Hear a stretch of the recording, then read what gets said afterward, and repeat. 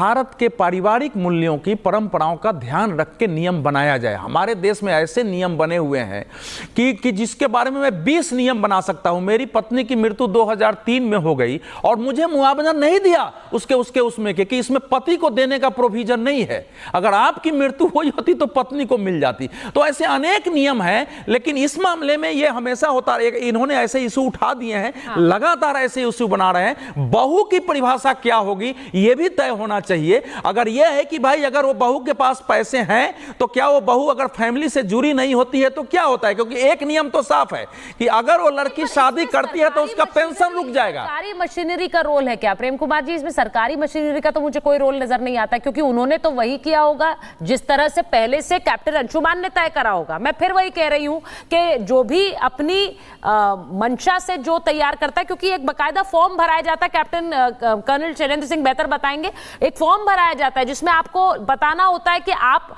अपने बाद किसको अपना जो फंड है वो देना चाहते हैं, और उसमें ये भी आप कर सकते हैं कि आप 50-50 दें या 30-70 दें। प्रेम कुमार जी। ये निश्चित रूप से फंड को तो आप इधर उधर बांट सकते हैं, हाँ, लेकिन मोहब्बत को कैसे बांटते हैं? नहीं बांट सकते। तो फंड को डिसीजन लेने का अख्तियार शहीद तब जब जीवित थे उनके पास था और रहता है। लेकिन अब इस विषय पर जब हम चर्चा कर रहे हैं तो ये ध्यान में आता है कि क्या वो उतने परिपक्व व्यक्ति नहीं होता है क्या कि अपने ही माँ बाप के सोचने से बिल्कुल डिफरेंट सोच करके एक डिसीजन ले चुका होता है? एक बात ये समझ में आती है। तो क्या एक सोशली एक बाउंडेशन होना चाहिए कि ये जिसको रूल बोल करके हो कि ये सब पर मान्य होगा, ये मानना ही पड़ेगा। मॉनेटरी मामले में एक व्यक्ति डिसीजन लेगा, उससे गलती हो सकती है। वो पत्नी के प्रभाव में आए तो पत्नी को 100% नॉमिनी बना दे, वो माँ बाप के प्रभाव में रहे तो माँ बाप को बना दे। तो इसमें गलती तो हर सिचुएशनल है ना। उस महिला के जो विधवा हैं उनके गोद में अगर बच्चा होता तो हम सबकी सहानुभूति उस बच्चे के साथ होती।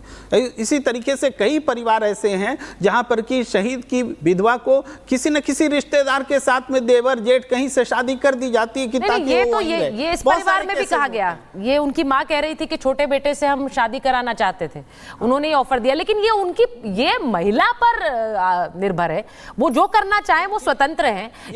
ये मुझे नहीं लगता कि ये वो परिवार तय कर सकता है कि भाई उनकी शादी छोटे बेटे से करा दो, वो स्मृति की इच्छा है जी। ये बहुत प्रगतिशील सोच है, महिला पर निर्भर है। लेकिन जो आबो हवा नहीं, सर, प्रगतिशील सोच कैसे हो गई है? ये मुझे लगता है ये सोच आज के समय में होनी चाहिए।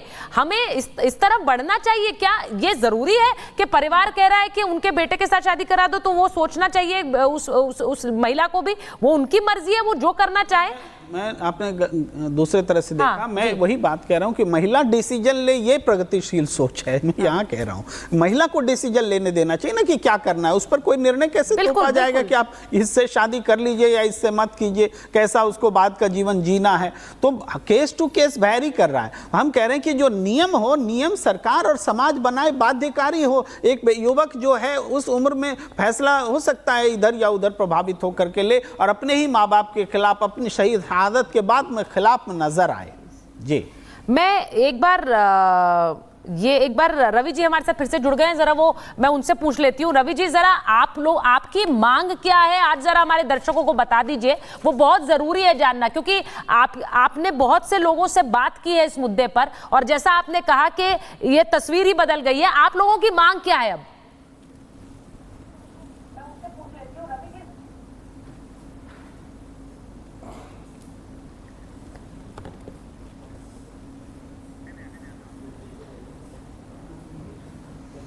मुझे नहीं लग रहा उन तक आवाज आ रही है। कर्नल शैलेंद्र सिंह के पास जाएंगे। कर्नल सिंह, मैं आप चाह रही हूँ, क्योंकि मैं अगली खबर पे बढ़ूं उससे पहले मैं आपसे पूछ रही हूँ इस पूरे मामले में, क्योंकि ये बार बार ये एक तरह से तस्वीर दी जा रही है कि आर्मी क्या कर सकती है। आर्मी ने तो जो कहा है, वो जो करना था वो कर दिया है अपनी तरफ से। मैं ये आपसे पूछना चाह रही हूँ कि इसमें बदलाव की बात कही जा रही है कि कैसे बदलाव हो सकता है। अगर हमारी सोशल एथिक्स और इथॉस कहती है कि हमें बदलाव करना चाहिए, बदलाव के ऊपर डिसीजन और कंसिडरेशन हो सकता है, कोई बड़ी बात नहीं। मुझे लगता है कि जितने भी लोग बात कर रहे हैं वो बहू कैसी थी, आई थिंक ये हम उस लड़की के साथ जाती कर रहे हैं। वो बहू कैसी थी is not important. What is important is कि वो अपने हस्बैंड के साथ कैसी थी, पहली बात। जी। दूसरी बात, जरूर इमोशनल कॉर्ड है मेरा कि माँ बाप का हक कैसे कम हो सकता है अगर बहू आ गई, but at the same time एक ऑफिसर, वो भी मेडिकल ऑफिसर, इतना इंटेलिजेंट ऑफिसर जैसा उसके फादर बता रहे हैं, आपको लगता है कि उसने किसी पागलपन में ये अपना विल लिखा होगा, अपना एनओके डिक्लेयर किया होगा? वो अपने खुद के सिग्नेचर के साथ होता है। आप उसके लिए एक हार्ड ऑप्शन लेते हैं। जहां तक बात आ रही है जायज़ और नाजायज़ होने की, तो मैंने बताया कारगिल के टाइम ये ऑप्शन फर्स्ट टाइम ओपन किया गया था कि आप उसे 50-50 कर सकते हैं, 70-30 कर सकते हैं, 100% कर सकते हैं। अब अगर जो सैनिक, जो ऑफिसर अपनी चीज़ के लिए डिसाइड कर रहा है, अब ये कह पाना कि शायद वो यंग था या ओल्ड था, मेरे ख्याल ये उसके साथ जाती है। He has taken a considered decision. जहाँ तक बात आती है एक और बड़ी कि क्या उस लड़की की शादी किसके साथ होनी चाहिए, ये हमने बहुत साल पहले, ये मैं जो बता रहा था 93 में, सॉरी 2002 में, कि जब ये सारी बातें चलती थी तो हमें भी बड़ा अजीब लगता था क्यों शादी इम्पोज करी जाए।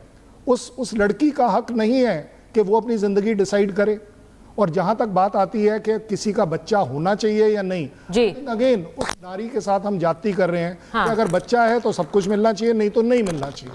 ये एक बड़ा सोशल पेचीदा मामला है। मुझे लगता है कि यस, इसके ऊपर कंसिडरेशन जरूर होना चाहिए और एक क्लियर कट पॉलिसी होनी चाहिए कि इस तरह का सम्मान, राशि की बात नहीं कर रहा, क्योंकि वो कीर्ति चक्र, वो परमवीर चक्र अब बांटोगे कैसे? मुझे ये बिल्कुल सही बात है, वो बांटोगे कैसे? और इसीलिए परिवार जब कह रहा है कि वो हमारे पास होना चाहिए, तो इसको लेकर एक पूरी बहस सी छिड़ गई। और मैं बार बार कह रही हूं कि जो उनकी बहू हैं स्मृति, उनको भी आकर शायद एक पब्लिक डोमेन में स्टेटमेंट देना चाहिए, क्योंकि इससे बहुत सी धारणाएं लोग बनाते हैं और मुझे लगता है दोनों तरफ से वो बनती हैं। तो उन धारणाओं को पीछे छोड़कर हमें आगे बढ़ना है, उसके लिए जरूर है कि वो जरूरी है कि वो एक स्टेटमेंट दें। बहरहाल मैं आगे बढ़ती हूं और आगे बढ़ते हुए कुछ तस्वीरें आपको दिखाना चाहती हूं। अगली खबर पर जा रही हूं। कल इस देश ने एक शाही शादी देखी, शादी अनंत अंबानी की, और उस शादी में बहुत से सियासी मेहमान पहुंचे। अब मैं आपको जरा एक तस्वीर दिखाना चाह रही हूं। वो तस्वीर इसलिए इंपॉर्टेंट है क्योंकि शादी थी अंबानी परिवार में और उसमें मेहमान थे, बॉलीवुड से तो थे लेकिन सियासी मेहमान बहुत ज्यादा थे। और उनमें सबसे पहले अखिलेश यादव का परिवार पहुंचा था। अखिलेश यादव अपनी पत्नी डिंपल यादव, अपनी दोनों बेटियां और अपने बेटे के साथ इस शादी में पहुंचे थे। ये तस्वीर जरा देख लीजिए, अखिलेश यादव के परिवार की तस्वीर है। इसके बाद उन्होंने एक तस्वीर ट्वीट भी की